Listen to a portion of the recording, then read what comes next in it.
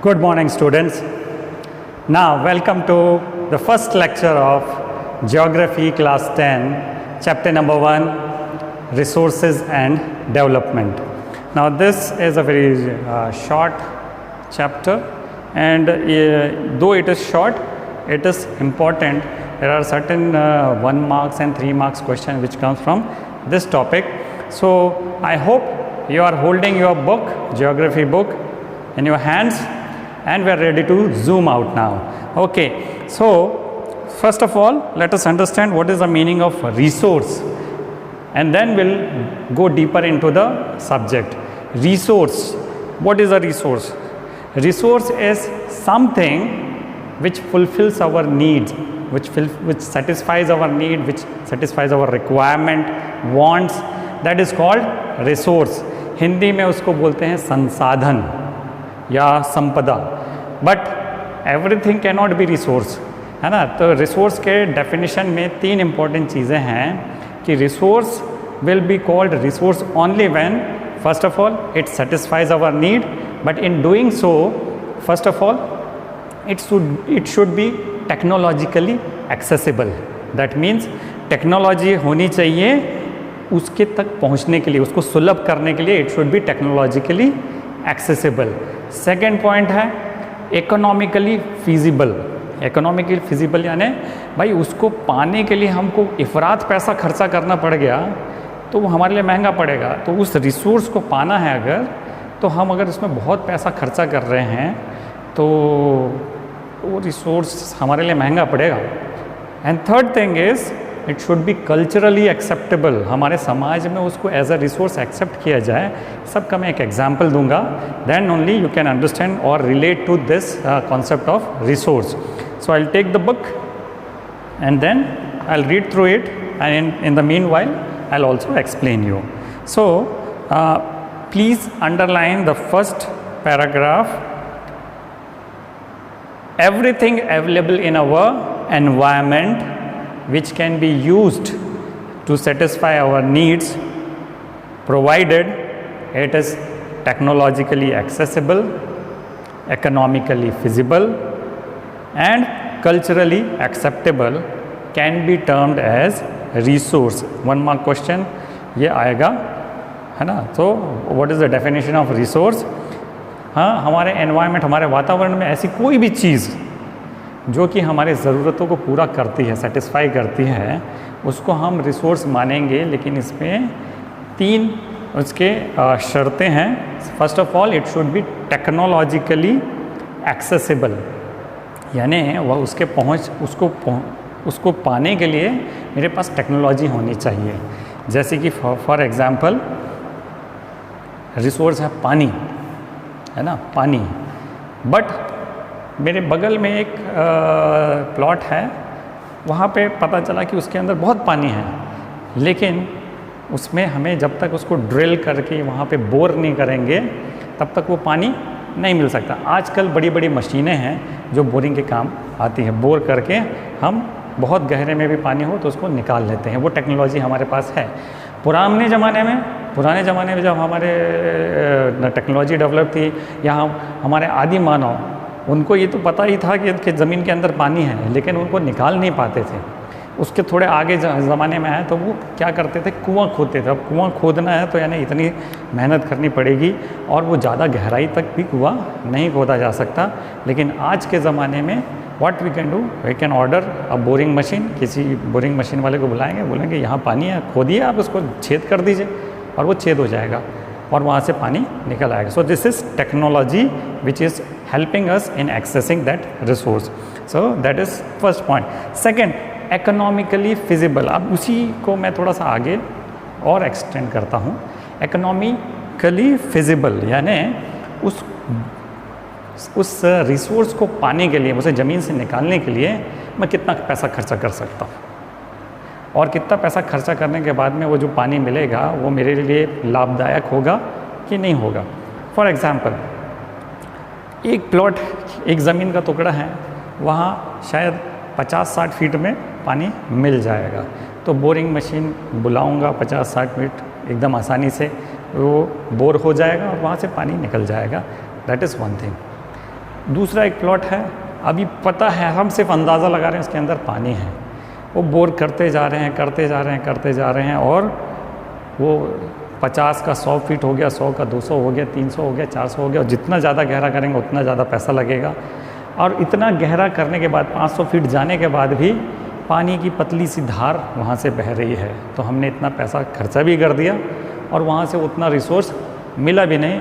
Then we can not call it at a resource, feasible resource नहीं है वो, है ना, यानी हमारे काम नहीं आ रहा है वो, यानी उसको निकालना अब प्रैक्टिकली पॉसिबल नहीं है ना। I will give you an example, there was a gold mine in India. India में कर्नाटका में एक जगह है कोलार, वहाँ गोल्ड माइंस था, यानी वहाँ से सोना निकलता था। और इंडिया में और कहीं पे गोल्ड माइन नहीं है, वहाँ पे था। तो लोग खोदते गए, सोना निकालते गए, खोदते गए, गहरा होते गया, खोदते गए। अब गहरा होते गया मीन्स आपके पास में क्रेन्स होने चाहिए, लिफ्ट्स होने चाहिए इतने ऊपर जाने के लिए। और दूसरी बात, बारिश के टाइम पे पूरे पानी भर जाएगा तो पंप्स चाहिए, पंप सेट चाहिए। तो एक टाइम ऐसा आया कि 1 ग्राम सोना निकालने के लिए जितना पैसा खर्चा हो रहा है वो उसके मार्केट वैल्यू, 1 ग्राम सोने के मार्केट वैल्यू का दुगना या तिगुना था। यानी खर्चा मैं ज़्यादा कर रहा हूँ और सोना मुझे मिल रहा है बहुत कम। सो इन 1950s एंड 60s जब लोगों को ये समझ में आया कि भाई अब इससे ज़्यादा सोना नहीं निकाला जा सकता, then it was close down. So Kolar gold mines was close down because it was not, अभी भी वहाँ पे थोड़ा बहुत सोना होगा, बट उसको निकालने के लिए मुझे उससे ज़्यादा पैसा खर्चा करना पड़ेगा। So that is, it is not economically feasible. And third is culturally acceptable. There are many resources which, खाने के लिए भी बहुत सारे रिसोर्सेज हैं और सब चीज़ें हैं जिसको हम खाते नहीं हैं क्योंकि हमारे समाज में उसको मना किया गया, बैन किया, या तो बैन किया गया है या वी डू नॉट एक्सेप्ट, उसको अच्छा खाना नहीं मानते। For example, in the whole world beef, people eat beef, not in India. In India because of Hinduism या हिंदू सोसाइटी में we do not accept beef as a very good, we worship cow, so we do not accept eating that cow, वो हम सोच भी नहीं सकते। So that is not culturally acceptable in India, but all over the world you go outside, they are eating beef. Similarly, Muslims, they refrain from eating pigs, swines or pork. They do not eat, they abhor the idea of eating that, but it is the staple food in Germany and most of the European countries, वही उनका मुख्य खाना है। So this is one. Now you can see कि people in China can eat many things which we cannot even imagine, which is not culturally acceptable. So this is how we cannot say that it is not a resource. It can be a resource in any other term, but it is not food for us. So this is how we can differentiate between different resources. Okay, now what is the interaction of these resources with human being?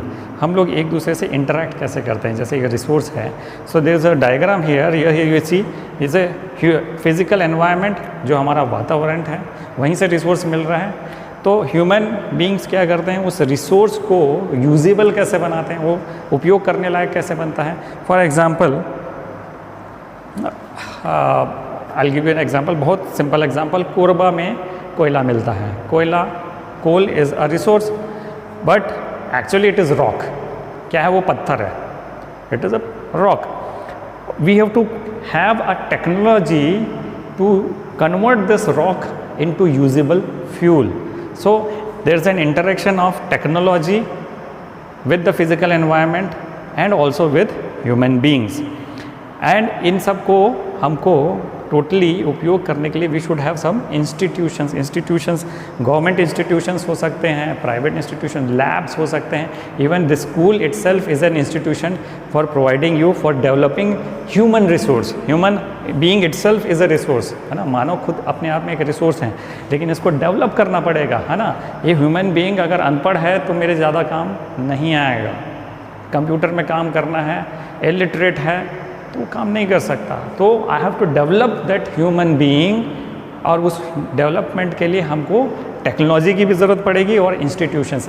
उस human being को develop करने के लिए पहले hospitals होते हैं ताकि वो हेल्दी हो, है ना, स्कूल्स होते हैं जहाँ वो एजुकेटेड हो, and then there is job market, factories हैं जहाँ वो काम कर सके. So these are institutions. So this is a complete, there is a complete interdependence on these three factors with the human being. Physical environment जहाँ से हमको resource मिलेगा, टेक्नोलॉजी जिससे हम रिसोर्स को डेवलप कर सकते हैं, एंड इंस्टीट्यूशंस जिससे हम रिसोर्स को और ह्यूमन बीइंग को तीनों को डेवलप कर सकते हैं. So this is the interaction. Okay, so now I will read. The process of transformation of things available in our environment involves an interdependent relationship between nature, technology, and institutions. Human beings interact with nature through technology and create institutions to accelerate their economic development. तो ये बात वही चीज़ लिखी है जो मैंने आपको अभी समझाई. So now there is a question, because resources are available in the nature, is it free for us to use it? Is it okay to indiscriminately use it? जितना चाहिए उतना उपयोग कर लो, क्योंकि वो तो नेचर में अवेलेबल है. तो यहाँ पे मैं आपको एक चीज़ बताऊँगा. Yes, it is available in nature, but it's distribution is not uniform. हर जगह हर रिसोर्स नहीं पाया जाता है ना. मैं आपको एक छोटा सा एग्जांपल दूँगा पानी का. पानी, वाटर इज़ अ रिसोर्स. अब मैं हिमालय में जाऊँगा और हिमालय से नीचे प्लेन्स में भी आऊँगा तो वहाँ बहुत पानी है. हिमालय में बर्फ़ जमा हुआ है, वो पिघलता है पानी और बह के नीचे आ जाता है, प्लेन्स में आ जाता है. नदियाँ हैं बहुत सारी, गंगा का रिवर सिस्टम है, यमुना का रिवर सिस्टम है. इधर आप नॉर्थ ईस्ट में जाएंगे तो ब्रह्मपुत्र का river system. They have got lots of water, but that does not mean कि all people in India have water.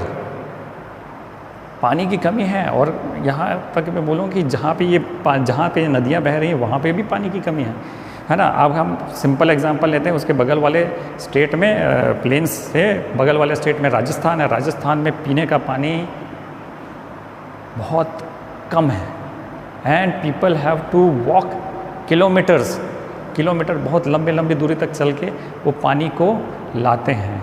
So see, it is not free, and we have to judiciously use it. हमको इसका उपयोग करना है तो सूझबूझ के साथ करना है. So do you think that resources are free gifts of nature as is assumed by many? They are not. Resources are a function of human activities, है ना. तो रिसोर्सेज क्या हैं? तब तक रिसोर्सेज रहेंगे जब तक ह्यूमन एक्टिविटी सधी हुई रहेगी. अगर ह्यूमन एक्टिविटी अपने लिमिट्स को भूल जाएंगे तो वो रिसोर्सेज रहेंगे नहीं, वो स्कैर्स रिसोर्सेज हो जाएंगे, वो ख़त्म होते हुए रिसोर्सेज हो जाएंगे, और जैसा कि हो भी रहा है. Human beings themselves are essential component of resources. तो मानव खुद भी एक बहुत इंपॉर्टेंट कंपोनेंट है रिसोर्स का. They transform material available in our environment into resource and use them. So resource को रिसोर्स कौन बनाता है? ह्यूमन बीइंग बनाता है ना. पत्थर है, वो पत्थर ही है. पत्थर को तराश के मूर्ति कौन बनाएगा? ह्यूमन बीइंग बनाएगा. और वो मूर्ति हम मंदिर में या किसी स्टैचू की तरह यूज़ करेंगे, and it can be use for many things. So कोयला पत्थर है, कोयले को जब खोद के हम उसको कोक बनाते हैं या उससे हम मेटल एक्सट्रैक्ट करते हैं तो वो रिसोर्स बनता है. So you have to understand this. Okay, it is we human who are creating resources, है ना. There are many things. बाकी जो एनवायरनमेंट में है वो थिंग्स हैं, उसको रिसोर्स में कन्वर्ट करने वाले कौन हैं? ह्यूमन बींग्स हैं. These resources can be classified in the following veg. तो रिसोर्सेज का क्लासिफिकेशन कैसे होगा? टाइप्स ऑफ रिसोर्सेज क्या हैं? तो इसके 4 तरीके आपको बताए हैं कि किस टाइप से हम क्लासीफाई करते हैं. पहला है on the basis of origin, उसकी उत्पत्ति के तौर पे वो कैसा उत्पन्न हुआ, इस इन्वायरमेंट में कैसे आया. So that is the basis, on the basis of origin. So उसको हम बोलते हैं biotic and abiotic. All living things are biotic resource and all non living things are abiotic resource. तो on the basis of origin ये हम उसको classify करते हैं, on the basis of origin, biotic और एबायोटिक. इसको हम डिटेल में थोड़ा आगे पढ़ेंगे. अभी सिर्फ समझ लीजिए. This is one way of classifying on the basis of origin. Second way of classification is on the basis of exhaustibility. Exhaust होना यानी उसका यूज़ करके ख़त्म होना. तो ऑन द बेसिस ऑफ एक्सॉस्टिबिलिटी का मतलब ये है कि अगर उस रिसोर्स को हम यूज़ कर रहे हैं तो वो क्या फिर से उत्पन्न होगा या ख़त्म हो जाएगा। तो on the basis of exhaustibility it is called renewable resources and non renewable resources. Renewable resources ऐसे हैं कि उनको आप यूज़ करते भी जाएंगे तो वो नया पैदा होते जाता है। सो that is why it is called renewable resources. Non renewable resources, एक बार जो उस रिसोर्स को ख़त्म कर दिया तो फिर से नया नहीं आएगा, उसको या नया आने में बहुत ही ज़्यादा समय लगेगा। That we can call it non renewable resources. Third is on the basis of ownership, मालिकाना हक, है ना। फॉर एग्जांपल अगर एक सपोज आप एक होम है, घर है, हाउस है, तो वो किसी इंडिविजुअल का होगा ना, किसी ओनर का होगा, है ना। तो दैट इज़ हाउस। हाउस किसी व्यक्ति का है, व्यक्तिगत है वो घर। बट वो अगर एक कम्युनिटी हॉल है, सपोज़ एक जो बोलते हैं गांव में या शहरों में बीच में बोलते हैं ये हमारे समाज के लिए एक सामुदायिक भवन है, तो that is the property of that community, है ना। वो सामुदायिक भवन किसका है? किसी एक व्यक्ति का तो नहीं है, वो किसी कम्युनिटी का है। तो दैट इज़ वन। अगर वो किसी एक इंडिविजुअल का है तो वो इंडिविजुअल रिसोर्स होगा, किसी कम्युनिटी का है तो कम्युनिटी का रिसोर्स होगा। और वैसे अगर देखा जाए तो सारे रिसोर्स इस देश के नेशनल हैं, यहाँ तक कि जिस घर में आप रहते हैं वो ज़मीन किसकी है? हमारे राष्ट्र की है। तो दैट इज़ हाउ। बट कुछ चीज़ें हैं जिसको हम नेशनल रिसोर्स भी मानते हैं, जैसे जितने भी माइंस हैं, क्वेरीज हैं, या इसके अंदर में जितने भी मेटल्स मिलते हैं, ये सब चीज़ को एक तरीके से हम नेशनल रिसोर्स बोलते हैं। And then there are some international resources also which are between the borders of countries और the oceans to some extent are national resource, but उसके आगे जाएंगे तो वो इंटरनेशनल रिसोर्स हो जाता है। That we also will try to learn the next topic. Third is on the basis of the development, कि उसको हम रिसोर्स बनाने के लिए कितना काम किए। तो either it is a potential resource और इट इज़ आई से इट्स डेवलप्ड रिसोर्स और अ स्टॉक और reserves which will go in detail. So basically on broader terms, resources are divided or classified as natural resource and human made resource. So resources are classified as a natural resource, human made resource. If we see the natural resource, again I told you it may be renewable or non renewable. If it is renewable, what type of resource it is? It is continuous or flow. That means solar energy is a continuous energy or a flow energy, wind energy, tidal energy, it's a continuous energy or flow energy. So it is either renewable, is either continuous or flow, or it is biological. Biological मतलब प्राणी जितने भी, अगर पेड़ भी हम उसको बोलते हैं जो फॉरेस्ट है, it is renewable resource. Over a period of time we can grow forest, और wildlife also is a renewable resource. So natural vegetation, that means forests and jungles and wildlife are considered as natural renewable resource. Non renewable resource में क्या होंगे? दो type के होंगे non renewable resource. एक तो होता है साइक्लेबल, रिसाइक्लेबल, जो है तो थोड़ा बहुत लेकिन उसको हम बार बार उपयोग कर सकते हैं, तो इट इज़ रिसाइक्लेबल. और दूसरा है नॉन रिसाइक्लेबल, जैसे कि मेटल्स हैं, लोहा है, सपोज है तो कुछ अमाउंट में पृथ्वी के अंदर उसको माइनिंग करके निकाल लिया और उसका मेटल एक्सट्रैक्शन हो गया, बट उस लोहे को हम बार बार यूज़ कर सकते हैं. It is recyclable, though it is non renewable but it is recyclable. कागज़ को भी हम रिसाइकिल करते हैं. So these are recyclable resources. Non recyclable resources ऐसे रिसोर्सेज जो एक बार यूज़ हो गया तो ख़त्म ही हो जाता है, उसको फिर से रिसाइकल नहीं कर सकते. जैसे कि पेट्रोलियम या कोल को जला दिया, राख हो गया, उसके बाद वापस से तो कोल नहीं बन सकता. या पेट्रोलियम या पेट्रोल डीजल जल के वो गैस में तब्दील हो जाते हैं, and then we can not use it again. So these are non renewable, non recyclable like fossil fuels. And then what are the human resources? Human द्वारा क्या बनाया जाता है? स्ट्रक्चर्स बनाए जाते हैं, इंस्टीट्यूशंस बनाए जाते हैं, पुल बनाए जाते हैं, रोड बनाए जाते हैं. So these are all human made resources, and human being it himself is a resource. So they can be found in quantity. Population is a resource. बहुत सारे लोग हैं किसी देश में तो वो उनका रिसोर्स है. एंड क्वालिटी, यानी उस ह्यूमन बीइंग की क्वालिटी है, कितने पढ़े लिखे, कितने टेक्नोलॉजी को ड्राइव करने वाले, कितने धनवान, नई नई चीज़ों को लाने वाले, ये उनकी क्वालिटी, ह्यूमन क्वालिटी है. So this human beings are found in quantity as well as quality, and they make many structures and institutions. So these are human resources. Okay, So we'll go ahead and understand the types of resources. मैंने आपको समझाया on the basis of origin. Biotic reserves क्या होते हैं? These are obtained from biosphere and have life such as human beings, flora and fauna, fisheries and livestock. तो ये हमारे biosphere से मिलते हैं और इनके अंदर लाइफ होती है, जैसे कि ह्यूमन बींग्स, हम खुद, then flora and fauna, the plants and animals of that particular region, and then fisheries, पानी में अंदर रहने वाले मछली या जीव जंतु, पानी के जीव जंतु, एंड देन लाइव स्टॉक यानी मवेशियाँ। हम गाँव में और शहरों में गाय, भैंस, बैल ये सब पालते हैं, तो these are also called live stocks. और ये बायोटिक रिसोर्स हैं। एबायोटिक रिसोर्स क्या होता है? All non living things, soil, पत्थर, पहाड़, ये सब चीज़ें क्या हैं? नॉन एबायोटिक यानी नॉन लिविंग रिसोर्स हैं। So all those things which are composed of non living things are called abiotic resource, for example rocks and metals. So this was on the basis of origin. Now on the basis of exhaustibility, है ना, यानी अगर उपयोग करने में वो ख़त्म हो जाए तो उसका वो रिसोर्सेज के टाइम हमने बताया renewable and non renewable. The resource which can be renewed or reproduced by physical, chemical or mechanical processes are known as renewable or replenishable, यानी जो रिप्लेनिश करना है, यानी फिर से भर देना, फिर से किसी चीज़ को और वापस ले आना। तो दे आर कॉल्ड रिन्यूएबल यानी फिर से नया कर देना, या रिप्लेनिशेबल यानी जो ख़त्म हो गया उसको वापस फिर से भर देना।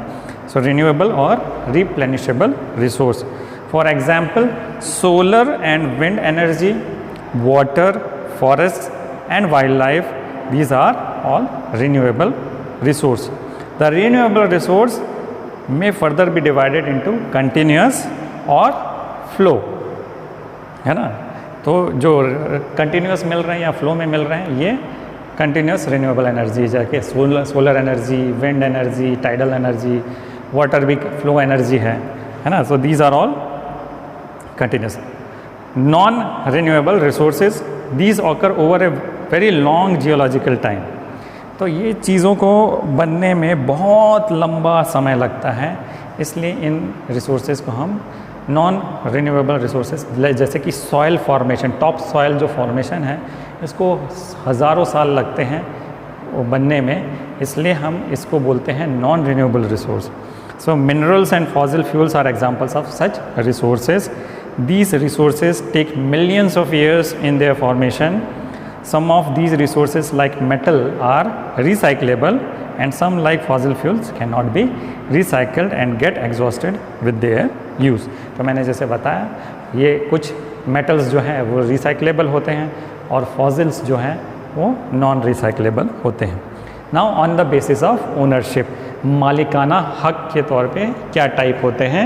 सो इंडिविजुअल, कम्युनिटी, नेशन और international. So these are also owned privately by individual resources, these are also owned privately by individuals.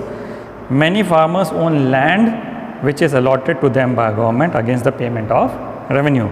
In villages there are people with land ownership but there are many who are landless. Urban people own plots, houses and other property. Plantation, pasture lands, ponds, waters, in wells, etc. are some examples of the resources ownership by individuals. Now, what are community owned resources? These are the resources which are accessible to all the members of community. तो ऐसे resource जो कि उस समाज के सभी लोग उसको access कर सकते हैं, they are called community owned resources. जैसे कि गांव में कुआं है, उस कुएं में का पानी कौन पी सकता है? वो गांव के सारे लोग पी सकते हैं, तो वो कम्युनिटी ओन्ड रिसोर्स है ना. सो विलेज कॉमन्स, जैसे कि चारागाह जहाँ अपने मवेशी घास चर सकते हैं, तो they are called grazing grounds, this is community owned. Then burial grounds, जहाँ पे मृत्यु के बाद में अंतिम संस्कार होता है, वो भी कम्युनिटी ओन्ड है. देन विलेज पॉन्ड्स, गांव का तालाब, उसको कौन यूज़ कर सकता है? सारे गांव वाले यूज़ कर सकते हैं. Public parks, picnic spots, play grounds, ये सब क्या है? ये अर्बन एरिया में कम्युनिटी ओन्ड रिसोर्सेज हैं. Then national resources, technically all the resources belong to the nation. तो एक तरीके से अगर बात की जाए तो जितनी भी उस देश में जो चीज़ें हैं वो देश की हैं, वो ज़मीन देश की है, वो पानी देश का है, वो हवा भी देश का है। So technically everything in a country is owned by that country, but still they allot lands on the basis of revenue, है ना। एक प्लॉट खरीदना है, प्लॉट खरीदने के लिए हमको रजिस्ट्रेशन कराना पड़ता है, यानी सरकार को बताना चाहिए पड़ता है कि इसको हम खरीद रहे हैं, उसके एवज में हमको उनको कुछ सरकार को कुछ रकम देनी होती है जिसका हम रजिस्ट्रेशन बोलते हैं, और फिर वो ज़मीन हमारे उपयोग के लिए आ जाती है। Okay, so technically all resources belong to the nation. The country has legal powers to acquire even private property for public good. अगर ज़रूरत पड़े और समाज के कल्याण के लिए कई बार हमारी ज़मीन को सरकार हमसे फोर्सिबली ले भी सकती है, हमसे छीन भी सकती है, क्योंकि वो कोई काम में आ रहा है सरकार या देश के कोई काम आ रहा है तो, ठीक है। So you might have seen roads, canals, railways being constructed on fields owned by some individuals. कभी रोड बनाना है, नहर बनाना है, रेलवे लाइन बनानी है, तो क्या करते हैं कि कोई इंडिविजुअल का ज़मीन है वो उस रास्ते में आ रहा है तो उनसे वो ले लिया जाता है, उसके बदले उनको कंपनसेशन ज़रूर दिया जाता है। Urban development authorities get empowered by the government to acquire land. All the minerals, water resources, forest, wildlife, land within the political boundary and oceanic area up to 12 nautical miles from the coast are termed as territorial waters and resources therein belong to the nation. तो हमारे national resource में क्या क्या आते हैं, जितने भी minerals हैं, खनिज पदार्थ हैं जो देश में, मिनरल्स एंड वाटर रिसोर्सेज, पानी के जो भी रिसोर्सेज हैं, फॉरेस्ट्स, वाइल्ड लाइफ, और